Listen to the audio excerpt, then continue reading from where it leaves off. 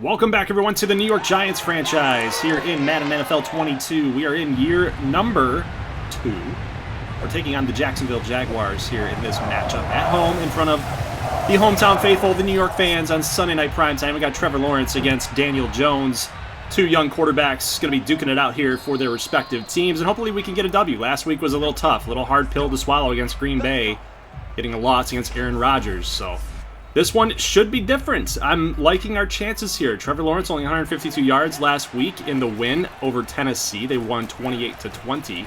And James Robinson was a main factor, so we're going to have to look at him. We're going to have to key in on him and figure out how we're going to stop this guy. 85 yards, 3 touchdowns last week against the Titans in that AFC South divisional matchup. So first things first, we got to get them off the field, right? Get them off the field early. Set the tone in this matchup. Here's a pass caught by the tight end for Jacksonville. We got a 2nd down and 7 situation. We got our rookie defensive tackle being user-controlled, trying to shrug off the block, and he can't get enough pressure, but Lawrence, nothing open, throws it away. 3rd down and 7. We got pressure on him again, and Logan Ryan with the interception, but it's going to be knocked loose thanks to Marvin Jones Jr. That's going to lead to a Jacksonville punt. Now, out comes Daniel Jones. Last week, only a touchdown and 3 interceptions. Now, 2 of those, I will say, were definitely my fault. The 3rd was just a basically Hail Mary that we just wanted to just try something. The game was over anyway. So I'm only accrediting it to 2 picks for Daniel Jones. So we're going to try to clean it up, get some things fixed up here on offense. And so far, so good. We've got 2 first downs, 2nd down and inches here, a little play action, and then a little pass here to Kevin Smith. He makes the catch. That is a backup tight end for the Giants. As you guys know, we signed Evan Ingram in the offseason to a long-term contract extension. So just because Kevin Smith makes a catch every now and then doesn't mean that we're totally ignoring our primetime target, Evan Ingram. So Kenny Golladay actually was out of bounds here trying to come back and catch the football, but it's going to be a loss of down, 2nd and 10. And we're going to do another little play action, trying to use Saquon as a little bit of a decoy since our running game just has been non-existent from last week. And I'm just trying to find other ways to kind of open up the run game. Let the pass open up the run this time in this game. So we did look like we had a little bit of a block there to the left side, a little hole, but we decided to cut it upfield and only going to get 3 yards here. So a little screen pass, and that's not going to work either. Saquon drops the football, 3rd down and 7 situation, and looky, we've got Saquon wide open on the wheel route into the end zone. Touchdown, G-Man. Gotta like that. Saquon finding other ways to get creative and get into the end zone. So if our running game's not working, use the short passing game as an extension of the run game. I like the thought process there. So Trevor Lawrence is actually going to find Juju Smith-Schuster. So he was a free agent acquisition over here to Jacksonville. That is going to be a big target for Trevor Lawrence in his development.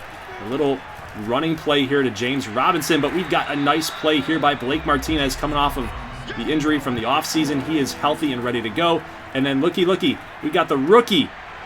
We got the rookie. Romeo Reyes putting pressure on the right side of Trevor Lawrence, but he does check it down to Marvin Jones. And again, more pressure by Romeo Reyes coming off the left side, and he's feeling it now. Rushing the throw from Trevor Lawrence. He's got to get rid of it. Now here comes Reyes again, and he just scrapes the shoulder of Lawrence. Lawrence didn't fall down. It was just enough to where the referee said, you did. Give him a little bit of the business, and we're going to call you for it, rookie. We're going to call you for it. So Romeo Reyes gets the roughing the passer call. He's trying to get inside this time, and take a look at this, guys. I put this on my Twitter, too, by the way. If you go back and you watch this play, what is Adoree Jackson doing? He totally gives up all leverage on the outside part of the pylon towards the middle receiver who's already covered, and that gives up a touchdown here. So yeah, Madden, you definitely didn't fix your zone coverages, my guys. So maybe you might want to look at that, because that's complete garbage. Anyway, 7-7. We have to kind of fight against the referees. We got to fight the other team, and then we got to fight Madden AI logic. So every win is like special to me, man.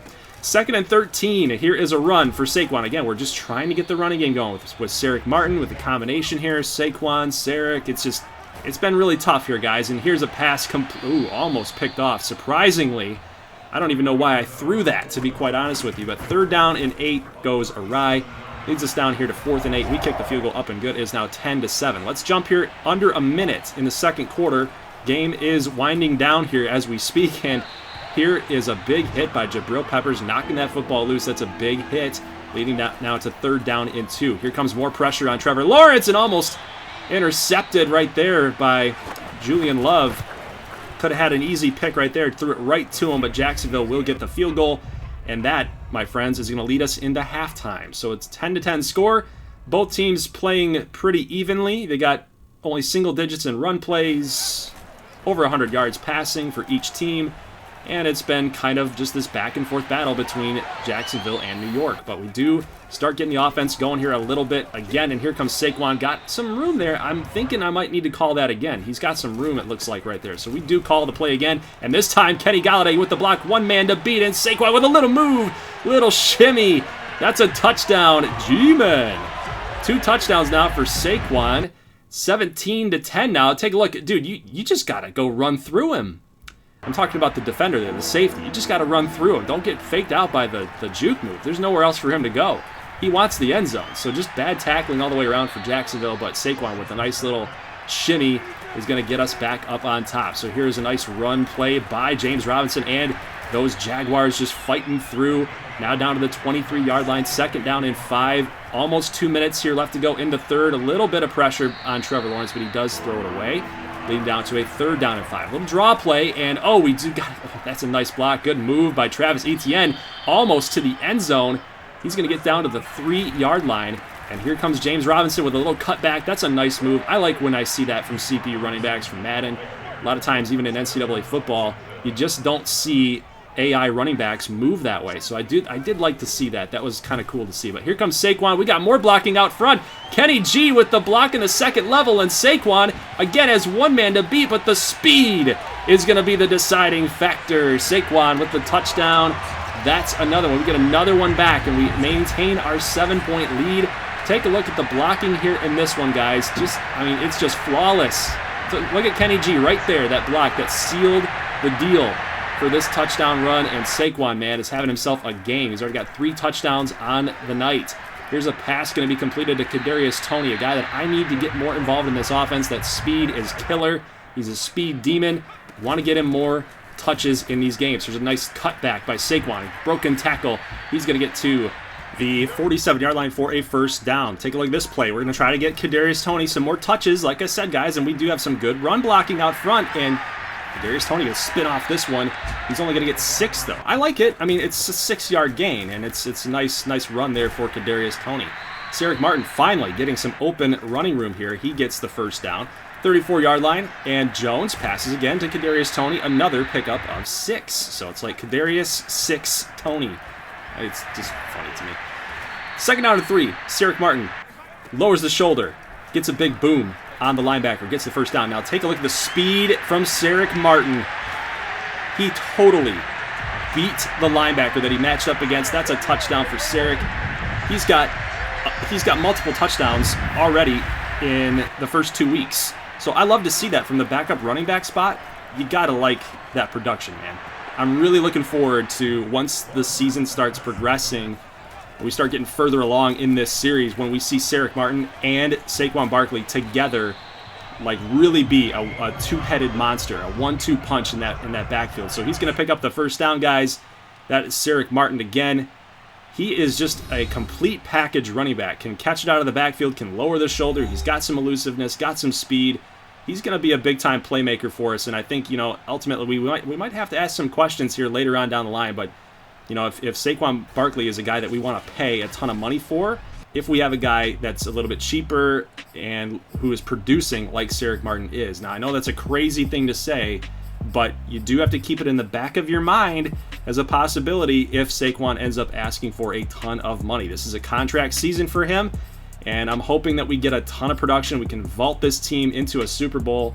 Yeah, crazy to talk about that, but guys, leading receivers as far as receptions go, Sarek Martin led the way today. He had a touchdown as well. Yards-wise, only 25, but Sterling Shepard led the way in yards. And Saquon Barkley couldn't get the running game going in Week 1. We got it going here in Week 2. Now, we'll see if that carries over to Week 3. Week 4, we'll find out. But we get the Tampa Bay Buccaneers and Tom Brady here in Week 3 in next week's action. And Danny Jones getting a little bit of an upgrade. Here's some statistics updates. Jones back to even now, 3 touchdowns, 3 picks. That huge game for Saquon here today pushed his yards per game average, or his yards per carry, I should say, yards per carry, 8.1. So, yeah, might have been week 1 was just a little bit of an outlier. You know, maybe week 2 was an outlier. We just don't have enough sample size yet, quite yet. So, we'll see how it goes with week 3, see how it goes with week 4, but, you know, I hope that it's been fixed. I hope week 1 was the issue and we're all fixed up. But passing leaders through 2 weeks, yes, Ian Book is now the starter for the New Orleans Saints. Kind of funny to me, right? Lamar Jackson down here, Deshaun Watson, Bridgewater, Murray, that's kind of surprising. But Jamari Greenwood, yeah, 2 touchdowns, no picks so far in his rookie career. D. Williams actually is backing up Joe Burrow. He's now hurt.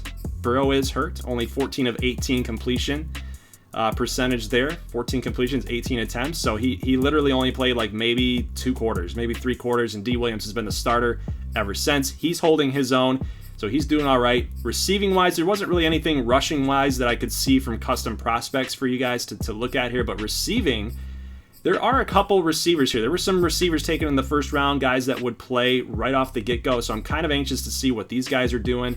And Sterling Shepard up here. Let's go skip ahead a little bit down further. A little bit furthermore, we're now starting to get outside of the 100-yard marker, but Titan Staten with the 100-plus yards gained so far through 2 weeks. Lambeau Ferrari for Detroit is producing as well with DJ Chark. So nice little 1-2 punch here for Jared Goff, who's still the quarterback out there. And then, of course, we got Rory Welsh down here as well. He's chipping in a little bit. Could be better. You know, Jamari Greenwood, kind of that, I don't want to say he's a check down Charlie, but he's just not a guy right now that is really being utilized because you have Dalvin Cook, right? So you got a good running game. Gavin Goddard, only 4 catches with 40-plus yards through 2 weeks for Baltimore. So, guys, that's going to do it for this episode. We get Tampa Bay in Tampa Bay. We played them in Tampa Bay last time, and I'll see you guys next week for more New York Giants action. I have the draft class and open submissions being worked on as I speak here, so I'm going to have that ready for you as an update for our scouting update, so all your custom prospects will be in there.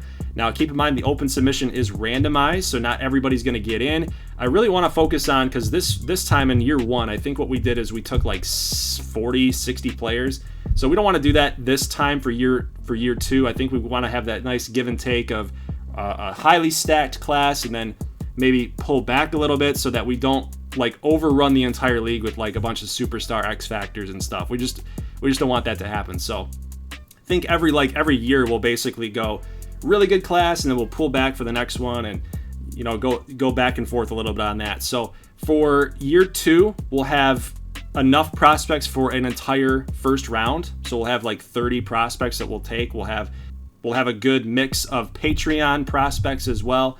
So it's going to be a good class regardless. It just won't have as much or as many players as we did in year number 1. So that's being worked on. I'll give you guys an update after next week's video against Tampa Bay. Hopefully we can get a win in Florida. Last time we didn't. We almost beat Tampa Bay, but we couldn't. And I hope that we can get a little bit of revenge from last year's loss against Tom Brady and those Buccaneers. So guys, that's it. Leave a like if you like this thing. I will see you in the next one. As always, thank you for watching and peace.